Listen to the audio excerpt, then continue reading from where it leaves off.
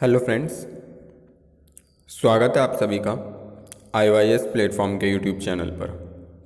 चलिए शुरू करते हैं अपनी डेली करंट अफेयर की क्लास, जिसमें हम कवर करेंगे PIB न्यूज़ को,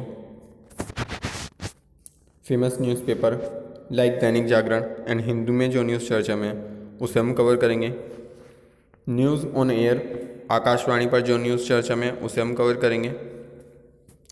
national international days and organisations जो भी चर्चा में उसको हम कवर करेंगे। चलिए क्लास स्टार्ट करते हैं।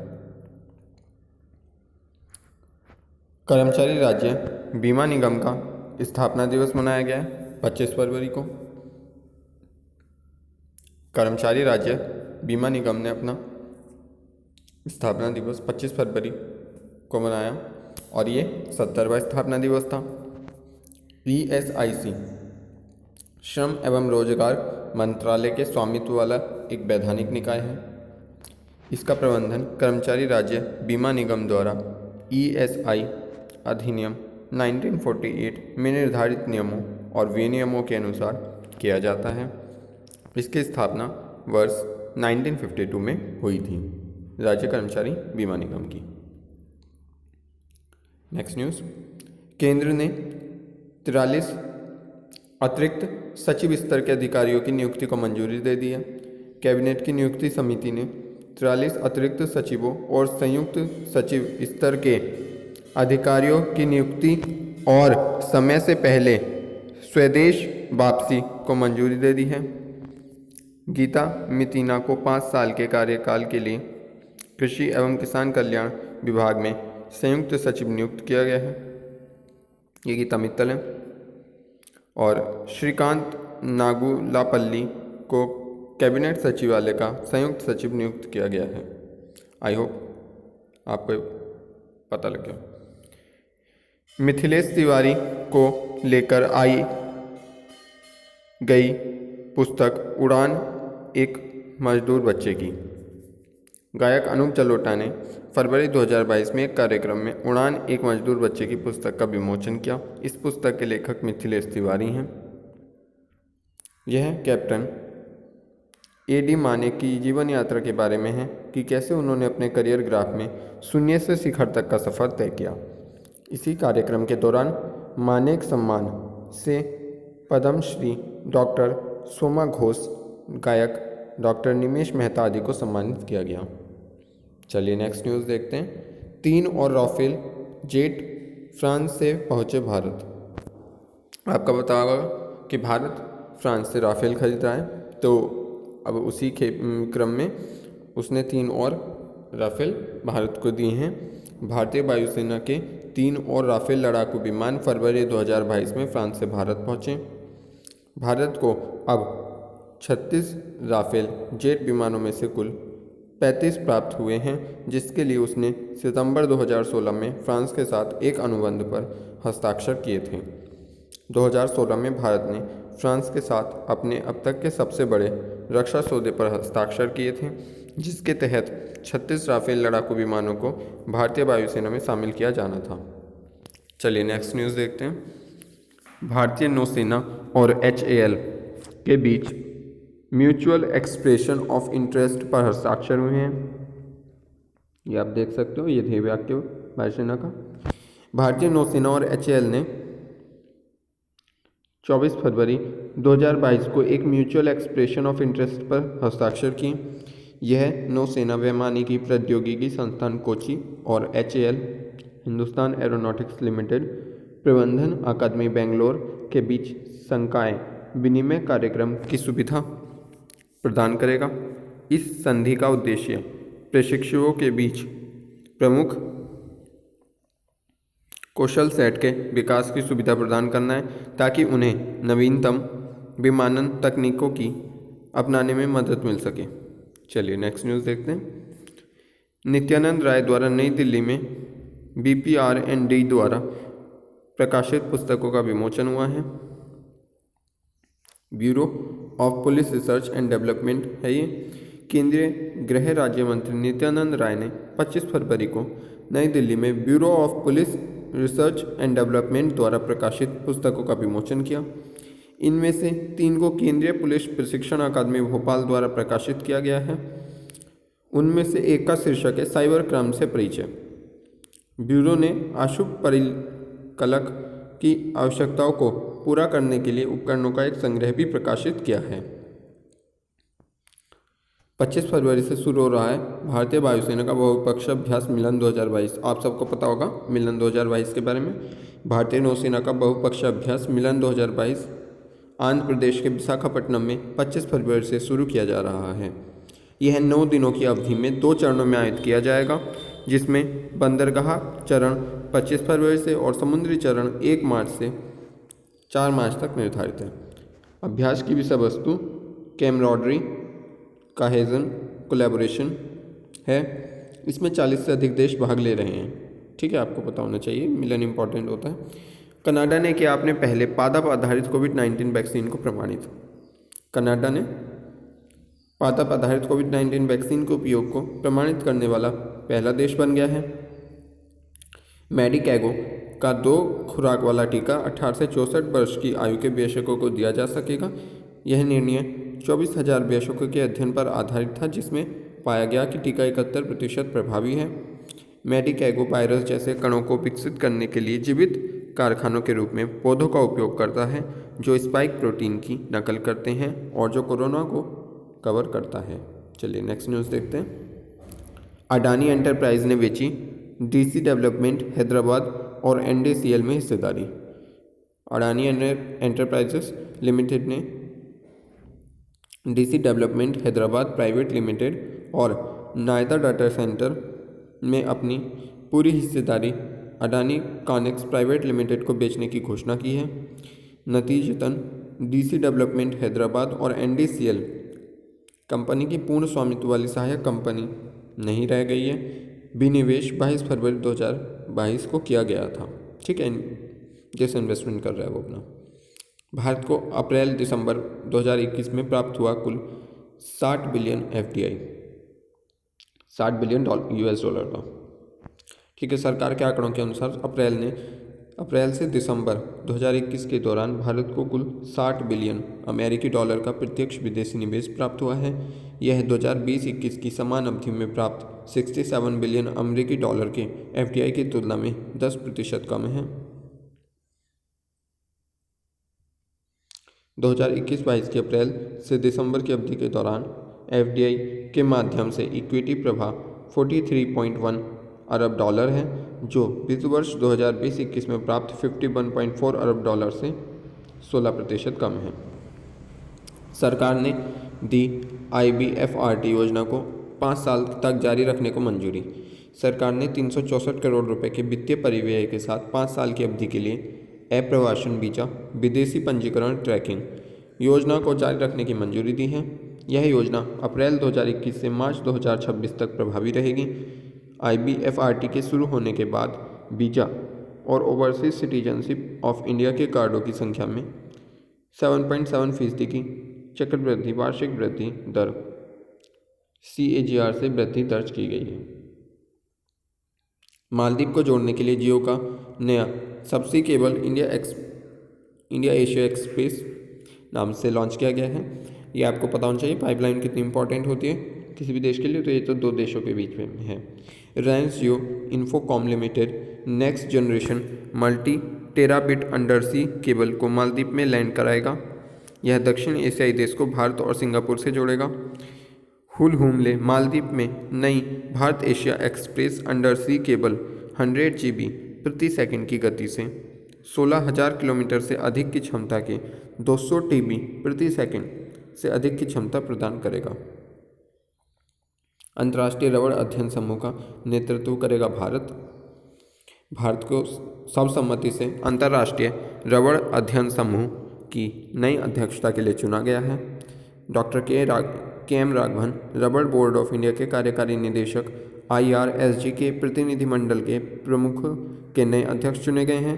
IRSG प्राकृतिक रबड़ और सिंथेटिक रबड़ उत्पादक और उपभोग करने वाले देशों को अंतर सरकारी संगठन के रूप में जोड़ता है। चलिए नेक्स्ट न्यूज़ देखते हैं। महात्मा गांधी नरेगा के लिए गिरिराज सिंह ने लॉन्च किया ओम बर्ड्स पर्सन ऐप। केंद्रीय ग्रामीण विभाग एवं पंचायती राज मंत्री गिरिराज सिंह ने 24 फरवरी 2022 को महात्मा गांधी नरेगा के लिए ओम बर्ड्स पर्सन ऐप लॉन्च किया है। ऐप दिशा निर्देशों के अनुसार प्रत्येक मामले पर लोकपाल द्वारा आसान ट्रैकिंग और समय पर पुरस्कारों को पारित करने में सक्षम बनाएगा। ओम बर्ड्स पर्सन ऐप के माध्यम से त्रैमासिक और वार्षिक रिपोर्ट को वेबसाइट पर आसानी से अपलोड किया जा सकता है, इसलिए ये किया गया है। नेक्स्ट न्यूज़ देखते हैं। बायोमेडिकल इनोवेशन पर शुरू की गई ICMR DHR नीति। डॉक्टर मनसुख मंडाविया केंद्रीय स्वास्थ्य एवं परिवार कल्याण मंत्री ने 24 फरवरी 2022 को चिकित्सा, दंत चिकित्सा, पैरामेडिकल संस्थानों, कॉलेजों में चिकित्सा पेशेवरों, वैज्ञानिकों और प्रौद्योगिकीविदों के लिए जैव चिकित्सा, नवाचार और उद्यमिता पर ICMR DHR नीति का शुभारंभ किया है। नीति के अनुसार डॉक्टरों को स्टार्टअप कंपनी बनाकर उद्यमशीलता के उपक्रमों को आगे बढ़ाने के लिए प्रोत्साहित किया जाएगा। तो ये न्यूज़ इंपॉर्टेंट है। चलिए नेक्स्ट न्यूज़ देखते हैं। 25-26 फरवरी 2022 को आयोजित किया जाएगा अंतर्राष्ट्रीय सम्मेलन देवायतनम। सरकार 25-26 फरवरी 2022 को कर्नाटक के हम्पी में 2 दिवसीय अंतर्राष्ट्रीय सम्मेलन देवायतन NODC of Indian temple architecture आयोजित कर रहा है।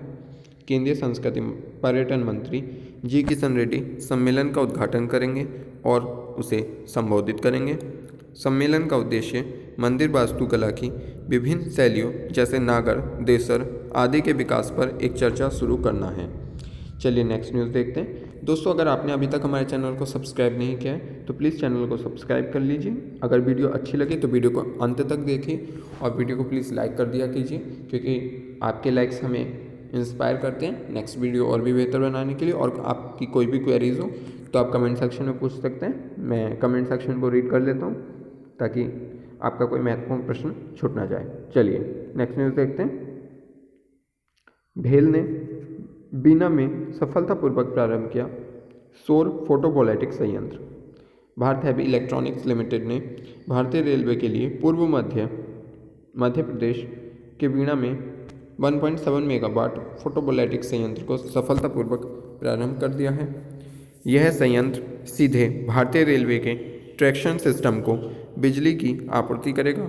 सौर संयंत्र बनाने का कदम भारतीय रेलवे द्वारा अपनी ऊर्जा जरूरतों के लिए आत्मनिर्भर होने और अपनी खाली भूमि का उपयोग करके रेलवे स्टेशनों को सोलराइज करने का निर्णय लेने के बाद किया गया है। आपको पता होगा कि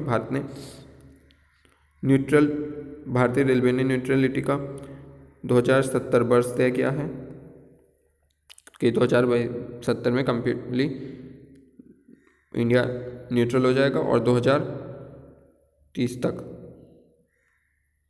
इंडियन रेलवे हो जाएगा। ठीक है। आइडियल फाइनेंस ने खुद को महिंद्रा आइडियल फाइनेंस के रूप में रिब्रांड कर लिया है। Mahindra and Mahindra financial services limited की सहायक कंपनी आइडियल फाइनेंस लिमिटेड ने महिंद्रा आइडियल फाइनेंस लिमिटेड के रूप में अपनी कंपनी की रीब्रांडिंग की घोषणा की है। आइडियल फाइनेंस श्रीलंकाई ग्राहकों को वित्तीय सेवाएं प्रदान करता है। रीब्रांडेड इकाई गोल्डन लोन सहित उत्पादों के और भी व्यापक सूत्र की पेशकश करके अपने ग्राहक मूल्य प्रस्ताव को और बढ़ाया जाएगा। चलिए नेक्स्ट न्यूज़ देखते हैं। T-90 टैंक के रेट्रो वायरस के लिए मिनिस्ट्री ऑफ डिफेंस ने BEL के साथ एक अनुबंध पर हस्ताक्षर किए हैं। रक्षा मंत्रालय के अधिग्रहण विंग ने युद्धक टैंक T-90 के कमांडर साइट के रेट्रो संशोधन के लिए भारत इलेक्ट्रॉनिक्स लिमिटेड के साथ 1075 करोड़ रुपए के अनुबंध पर हस्ताक्षर किए हैं। इसे भारतीय सेना के 957 T-90 टैंकों पर किया जाएगा। भारत के प्रमुख युद्धक टैंक बैटल टैंक T-90 की कमांडर दृष्टि वर्तमान में रात में देखने के लिए इमेज कन्वर्टर ट्यूब आधारित दृष्टि से सुसज्जित है। तो ये न्यूज़ भी काफ़ी इम्पोर्टेंट है कि T-19 के रेट्रो संशोधन के लिए मिनिस्ट्री ऑफ डिफेंस ने BEL के साथ समझौते पर या अनुबंध पर हस्ताक्षर किए हैं। चलिए नेक्स्ट न्यूज़ देखते हैं। वर्ल्ड इकोनॉमिक फोरम और national institute of urban affair के बीच एक समझौता हुआ है। क्या समझौता हुआ है? वर्ल्ड इकोनॉमिक फोरम और national institute of urban affair ने सस्टेनेबल सिटीज़ इंडिया कार्यक्रम को डिजाइन करने के लिए एक समझौता ज्ञापन पर हस्ताक्षर किए हैं। सस्टेनेबल सिटीज़ यानी कि पता होगा आपको ना, धारणीय संधारणीय शहर। ठीक है, इसका उद्देश्य शहरों को विभिन्न क्षेत्रों में डिकार्बनाइजेशन समाधान उत्पन्न करने में सक्षम बनाना है। विगत 2 वर्षों में 5 से 7 भारतीय शहरों के संदर्भ में डिकार्बनाइजेशन के लिए WEF की सिटी स्प्रिट प्रक्रिया और टूल बॉक्स और सॉल्यूशंस को अपनाएंगे, जो भी 5-6 देश सिलेक्टेड किए जाएंगे। चलिए नेक्स्ट न्यूज़ देखते हैं। दूरसंचार इंजीनियरिंग केंद्र TEC ने जनता का विश्वास बनाने के लिए artificial intelligence machine learning system का निष्पक्ष मूल्यांकन किया है।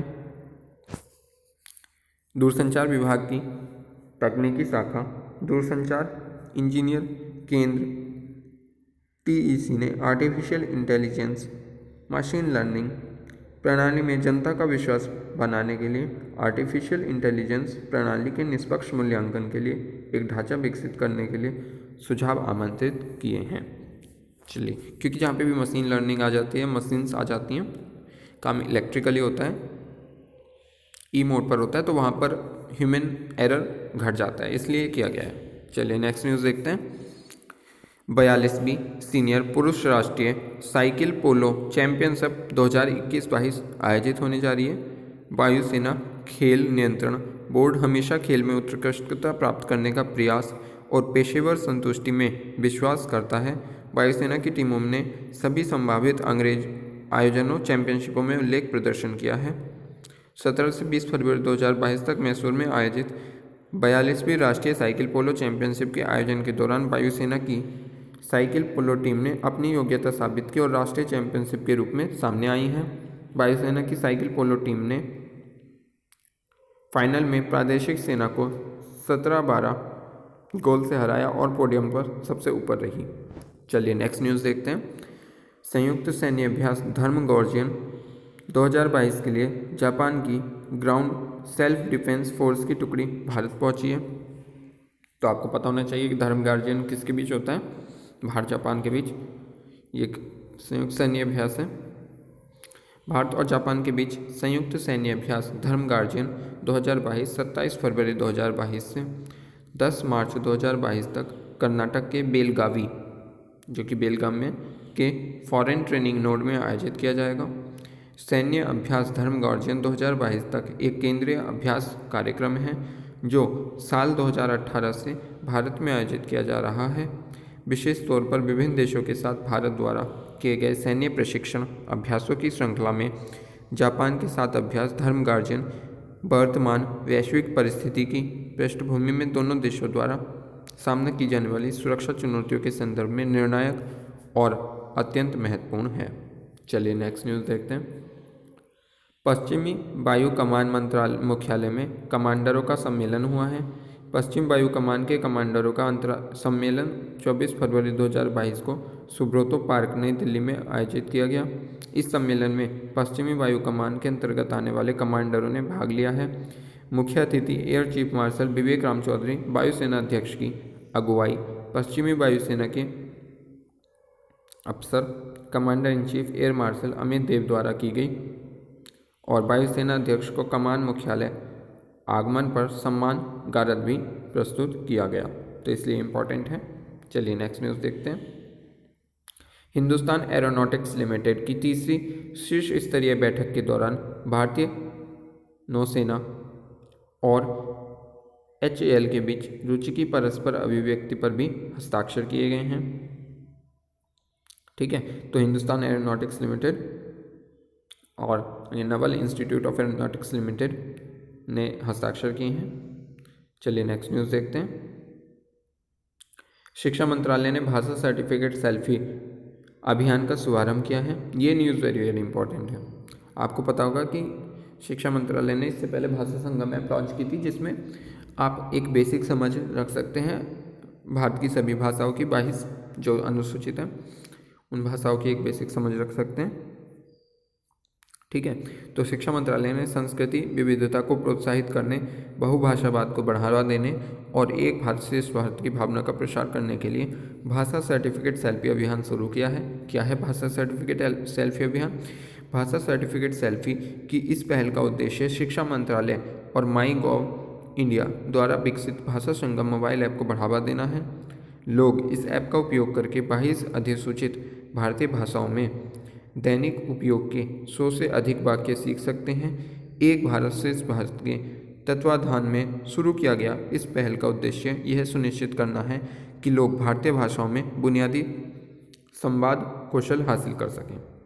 ठीक है, तो ये इम्पॉर्टेंट है और इससे ये अभियान इसीलिए चला गया है ताकि लोग इससे अवेयर हों।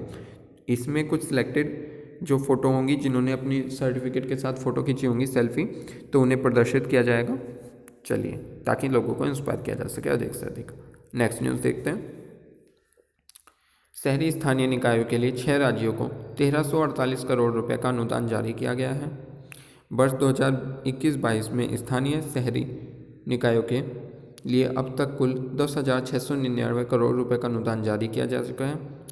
तो वित्त मंत्रालय के व्यय विभाग ने शहरी स्थानीय निकायों की अनुदान प्रदान करने के लिए आज 6 राज्यों को 1348 करोड़ रुपए की राशि प्रदान की। आज जिन राज्यों को अनुदान जारी किया गया है उनमें झारखंड, कर्नाटक, केरल, उड़ीसा, तमिलनाडु और त्रिपुरा शामिल हैं।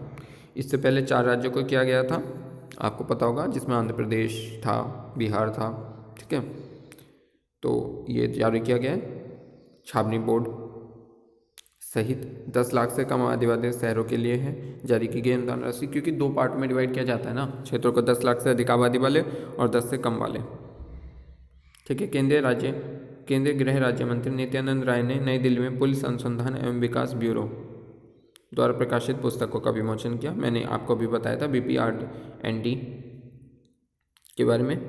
चलिए नेक्स्ट न्यूज़ देखते हैं। केंद्रीय सूक्ष्म लघु एवं उद्यम मंत्री श्री नारायण राणे ने union bank MSME RuPay credit card का शुभारंभ किया है। सूक्ष्म लघु एवं मध्यम उद्यम मंत्री श्री नारायण राणे ने आज सिंधुदुर्ग में आयोजित 2 दिवसीय MSME सम्मेलन में यूनियन बैंक ऑफ इंडिया के Union MSME RuPay credit card का शुभारंभ किया। यह card Union Bank of India द्वारा National Payment Corporation of India यानी कि NPCI के सहयोग से पेश किया जा रहा है। यह कार्ड MSME को उसके व्यवसाय में संबंधित परिचालन खर्चों को पूरा करने के लिए एक सरलीकृत भुगतान प्रदान करता है। चलिए नेक्स्ट न्यूज़ देखते हैं। युवा कार्यक्रम एवं खेल मंत्रालय ने भारत के बैडमिंटन युगल कोच के रूप में टैन किम हर की नियुक्ति को मंजूरी दी है। ये आप देख सकते हो। युवा कार्यक्रम एवं खेल मंत्रालय ने मलेशियाई बैडमिंटन कोच टैन किम हर को 2026 के एशियाई खेलों तक भारत के युगल कोच के रूप में नियुक्त करने को मंजूरी दी है। इस 50 वर्षीय कोच की भारत वापसी से देश में युगल स्पर्धा के लिए संयोजनों का स्टॉक बढ़ेगा। नेक्स्ट न्यूज़ देखते हैं। केंद्रीय इलेक्ट्रॉनिक्स और सूचना प्रौद्योगिकी मंत्रालय के राज्य मंत्री श्री राजीव चंद्रशेखर ने कहा, शासन और विकास में तकनीकी का उपयोग करने में प्रमुख राष्ट्र बन चुका है भारत। तो MeitY के राज्य मंत्री श्री राजीव चंद्रशेखर ने ऐसा कहा है कि राष्ट्रीय डेटा केंद्र और क्लाउड नीति के मसौदे पर उद्योग परामर्श के दौरान ये बात कही है कि शासन और विकास के लिए तकनीकी का उपयोग करने में भारत प्रमुख राष्ट्र बन गया है। इंपॉर्टेंट है, भारत डिजिटलाइजेशन की ओर बढ़ रहा है। ठीक है, और ये वक्तव्य भी केंद्रीय मंत्री द्वारा दिया गया, इसलिए इंपॉर्टेंट है। मंत्री जी ने कहा कि नीति का उद्देश्य डेटा सेंटर और क्लाउड संचालन में स्वदेशी मंचों समाधानों के उपयोग को प्रोत्साहित करना है। उन्होंने कहा कि नीति का उद्देश्य ऊर्जा कुशल, टिकाऊ और हरित डेटा केंद्रों को स्थापना को सुविधाजनक बनाना है। चलिए नेक्स्ट न्यूज़ देखते हैं। प्रधानमंत्री श्री नरेंद्र मोदी के नेतृत्व में सरकार ने 31 मार्च 2021 से आगे 5 साल की अवधि के लिए यानी कि 2026 तक कुल 1,364 करोड़ रुपए के वित्तीय परिव्यय के साथ अप्रवासन वीजा विदेशी पंजीकरण ट्रैकिंग योजना को जारी रखने की मंजूरी दी है। योजना को जारी रखना दिखाता है कि मोदी सरकार अप्रवासन और वीजा सेवाओं के आधुनिकीकरण और उन्नयन के लिए प्रतिबद्ध है। केंद्रीय गृह मंत्री श्री अमित शाह के मार्गदर्शन में गृह मंत्रालय का उद्देश्य सुरक्षित और एकीकृत सेवा प्रदाता फ्रेमवर्क प्रदान करना तथा इस योजना के माध्यम से राष्ट्रीय सुरक्षा को मजबूत करते हुए वैध यात्रियों को सुविधा उपलब्ध कराना है। चलिए नेक्स्ट न्यूज़ देखते हैं। तो ये थी आज की कुछ इंपॉर्टेंट न्यूज़, और कोई नेक्स्ट न्यूज़ नहीं है। ये थी आज की कुछ इंपॉर्टेंट न्यूज़। वीडियो को अंत तक देखने के लिए धन्यवाद। अगर आपने वीडियो को अभी तक लाइक नहीं किया है तो प्लीज़ लाइक कर दीजिए। आपकी कोई क्वेरीज हो तो आप कमेंट सेक्शन में पूछ सकते हैं। मैं हर कमेंट्स को रीड करता हूँ यूट्यूब चैनल पर, और टेलीग्राम चैनल से आप वीडियो की PDF ले सकते हैं। करंट को अगर आप डेली बेसिस पे रिवाइज करेंगे तो आपको ज़्यादा बेनिफिट होगा, क्योंकि आपके लिए बर्डन नहीं होगा। Thank you.